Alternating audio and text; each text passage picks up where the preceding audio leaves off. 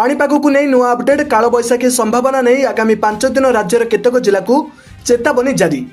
आगामी 24 घंटा 21 जिला को येलो वार्निंग जारी करिछि पाणीपाग विभाग। तेबे संपूर्ण खबर जानिबा आगरु चैनल रे नुआ थिले चैनल टी को सब्सक्राइब करी पाखर आसुथबा बेल आइकन को ऑन करी रखिबे। आज ठारू 17 तारिख सकाळ सुधा काल बैशाखी संभावना नहीं राज्यर केतक जिला को चेतावनी जारी करिछि आंचलिक पाणीपाग विभाग। झड़ वज्रपात पवनर संभावना नहीं आगामी 24 घंटा 21 जिला को येलो वार्निंग जारी होइछि। से जिला गुड़िक है सुंदरगढ़, केन्दुझर, मयूरभंज, बालेश्वर, भद्रक, जाजपुर, कटक, केन्द्रापड़ा, जगतसिंहपुर, खोर्धा, पुरी, नयागढ़, अनुगुल, ढेंकानाल, बौद्ध, कंधमाल, गंजाम, गजपति, रायगढ़, कोरापुट, मालकानगिरी। येलो वार्निंग जारी होइतिबा जिला गुड़िक मध्यरु केतक स्थान रे पवनर वेग घंटा प्रति 40 रु 50 किमी एवं अन्य केतक स्थान रे पवनर वेग घंटा प्रति 30 रु 40 किमी रही पारे।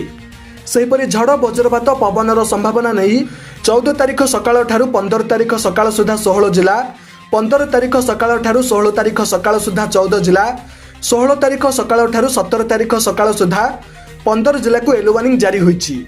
सेहीपरि 17 तारिख सकाळ ठारू 19 तारिख सकाळ पर्यंत राज्यर कौनसी जिला को चेतावनी नहीं। भुवनेश्वर पाणीपाग विज्ञान केन्द्र पक्षरु आज जारी करा जाइतिबा ट्विटरु एही सूचना मिलिछि। तेबे एभली पाणीपागर सठिक खबर आपण प्रत्येक दिन देखा चाहूले एबे ही चैनल टी को सब्सक्राइब करी पाखर आसुथबा बेल आइकन को ऑन करी रखिबे।